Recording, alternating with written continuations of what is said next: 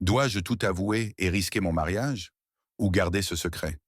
Aidez-moi, je suis perdu.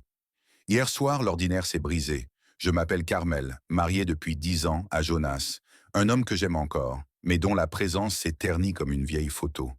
Les jours s'enchaînent, lourds de silence, dans une maison où les rires se sont tus.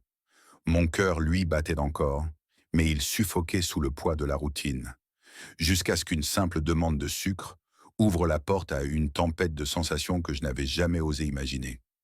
La soirée était douce, l'air tiède, chargé de l'odeur sucrée des jasmins du jardin. Armel, mon voisin, a frappé à ma porte. Je le croisais souvent, son sourire éclatant comme un rayon de soleil dans ma journée morose, mais sans jamais m'arrêter. Cette fois, ses yeux noisettes ont capté les miens, et son ton léger en demandant du sucre a fait vaciller mon armure. Il portait un t-shirt blanc qui épousait ses épaules, et une énergie vibrante semblait émaner de lui, comme une promesse d'évasion. Je l'ai invité à entrer, presque par réflexe. La cuisine sentait encore le café du matin, et la lumière tamisée des ampoules réchauffait l'atmosphère. En lui tendant le sucre, nos doigts se sont frôlés, et un frisson m'a parcouru comme une étincelle dans l'obscurité. Il a remarqué mes yeux rougis, ma voix tremblante. « Ça va, Carmel ?» a-t-il murmuré, sa voix grave et sincère comme une caresse. À bout, je me suis effondré. Les mots sont sortis, un torrent de solitude, de frustration, d'un amour qui s'effilochait. Armel m'a écouté, sans juger, ses yeux plongés dans les miens, comme s'il voyait mon âme mise à nu. Puis tout a basculé. Il s'est rapproché, son parfum frais de citron et de bois flottant jusqu'à moi.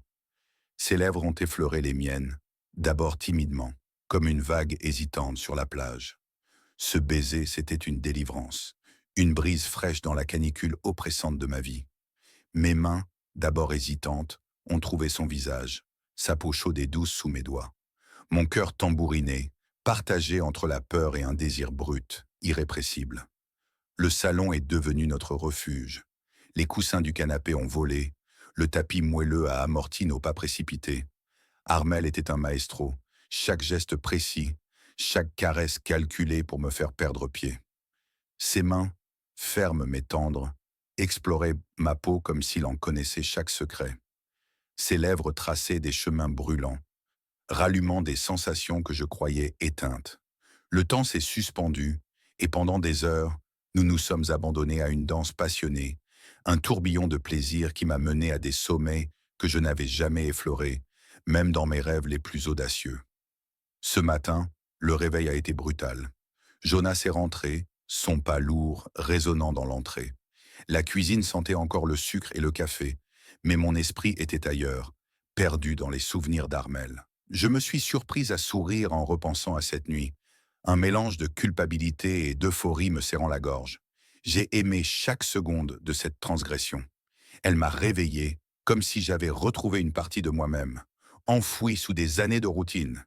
Mais maintenant, je suis déchiré. Le piment de l'interdit a-t-il simplement masqué mes blessures? Ou m'a-t-il montré ce que je mérite vraiment? Je pose la question, le cœur battant. Dois-je tout avouer à Jonas, au risque de briser notre vie? Ou dois-je garder ce secret en espérant qu'il ravive la flamme vacillante de notre mariage? Je suis perdu dans ce tourbillon d'émotions, à la fois tourmenté et électrisé. Vos conseils sont ma bouée dans cette tempête. Aidez-moi à y voir clair. À la prochaine pour une autre confidence. Secret partagé.